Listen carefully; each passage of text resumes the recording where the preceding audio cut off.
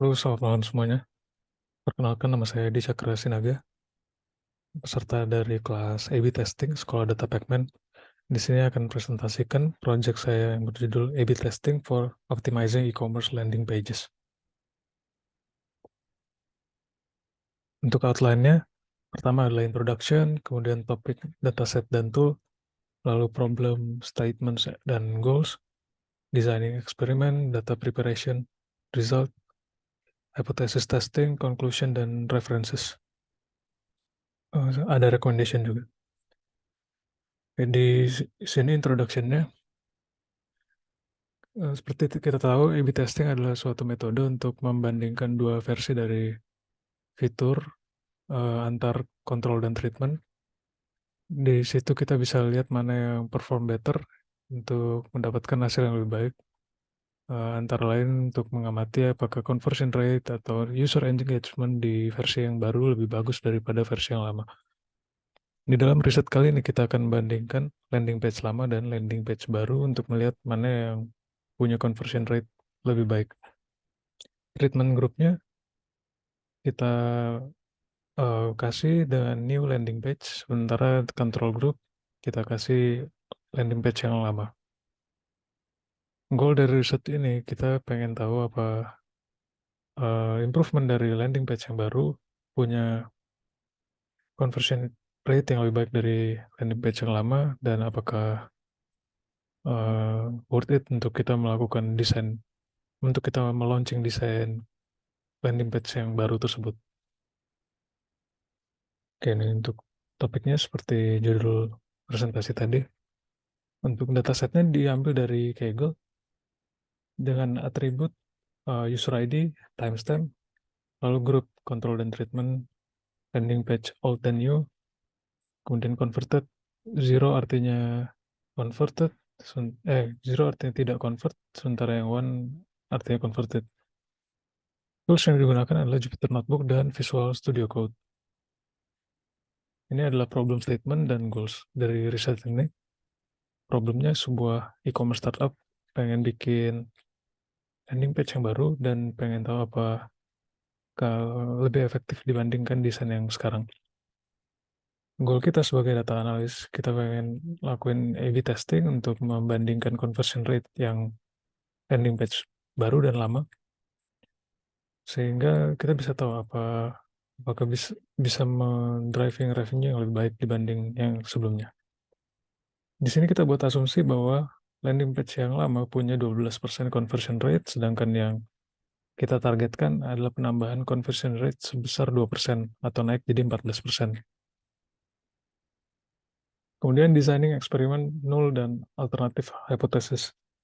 Sebelumnya kita perlu membuat dulu statement dari H0 dan H alternatif. Pertama H0-nya adalah di mana P sama dan P0 artinya null hipotesis atau diterima. Sedangkan untuk alternatif hipotesisnya ditolak jika P tidak sama dengan P0. Atau untuk case ini P lebih besar dari P0. Kemudian untuk alpha atau confidence level yang kita gunakan adalah 0,05.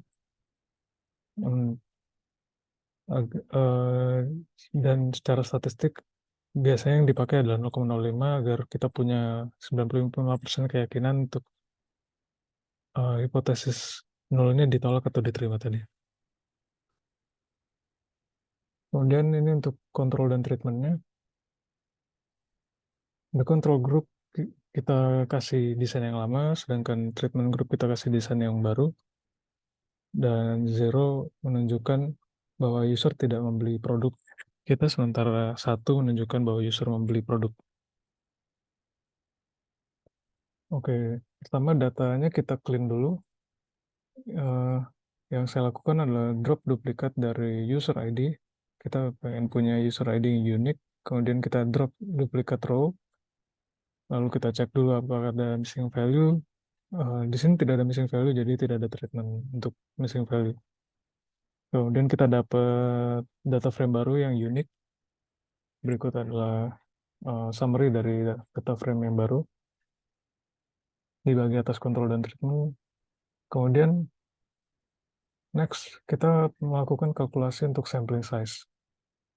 Di sini kita memakai 3 faktor di start model pada Python. Pertama adalah effect size. Di sini kita pengen membuat conversionnya dari old landing page ke new landing page itu 12% ke 14%. Di sini, sehingga yang diinput di effect size adalah 0,12 dan 0,14. Kemudian power of the test atau min beta, ini biasanya di set sebesar 0,8, kemudian alpha-nya kita set 0,05. Kemudian kita lihat bahwa required sampelnya setelah dibulatkan adalah dari masing-masing kontrol dan treatment kita butuh 4.433 sampel. Oke, ini adalah proses sampling dari masing-masing grup. Kita membuat random sampling saja dengan random state yang fix. Ini bisa angka mana saja, tujuannya cuma bisa kita reproduce berulang-ulang sehingga tidak selalu random setiap kita run. Di sini random state yang saya gunakan 7. Berikut adalah summary dari hasil data yang baru, data A/B test sebesar 8.866 sampel dari kontrol dan treatment 4.433 untuk masing-masing. Ini adalah resultnya. Dapat kita lihat bahwa control group punya converted proportion yang lebih baik daripada di bagian treatment group, di mana control group punya sekitar 0,124 atau 12,4%, yang artinya dari 100 visitor kita bisa mendapatkan 12 orang yang convert atau 12 orang yang membeli produk di e-commerce kita. Sementara untuk landing page yang baru 0,111, di mana artinya dari 100 visitor yang datang hanya 11 yang membeli. Dari ini overall kita bisa ambil kesimpulan bahwa landing page yang lama punya conversion rate yang lebih baik dibanding landing page kita yang baru. Ini adalah hipotesis testingnya. Di sini Z statistiknya 1,94, kurang ya dari critical value 1,96. Kemudian P value-nya 0,052. Di sini juga sedikit lebih besar dari significance level yang kita inginkan, yaitu 0,05. Kemudian untuk confidence interval di control group, range-nya 0,115 sampai 0,134. Sedangkan conversion rate-nya 12%, sehingga bisa dikatakan bahwa pada control group kita 95% yakin bahwa 12% itu relevan terhadap confidence interval kita. Sedangkan untuk treatment group, range-nya adalah 0,102 sampai 0,12. Sedangkan harapan kita punya 14% conversion rate, sehingga tidak overlap sama sekali dalam range treatment group kita. Untuk conclusion-nya, conversion rate-nya tadi 12,4 untuk control group dan treatment group 11%. Di statistik juga lebih kecil, sedangkan untuk p-value lebih besar sedikit dari significance level yang kita inginkan. Dan confidence interval menunjukkan bahwa true conversion rate dari control group ada di dalam confidence interval kita. Sedangkan untuk treatment group tidak sesuai harapan kita di 14%. Sehingga kita bisa punya kesimpulan overall bahwa landing page yang baru tidak bisa direkomendasikan untuk menambah conversion rate dari e-commerce kita sebesar 2% dibandingkan landing page yang lama. Rekomendasi yang saya anjurkan adalah kita perlu melakukan user research. Kita harus tahu needs dan preferences dari audiens kita.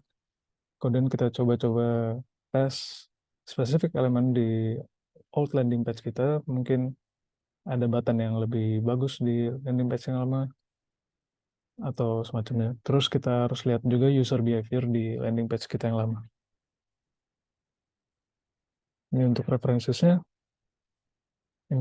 GitHub-nya dan ini kontaknya. Jika ada yang ingin ditanyakan atau dikritisi, silakan kontak saya. Terima kasih sebelumnya.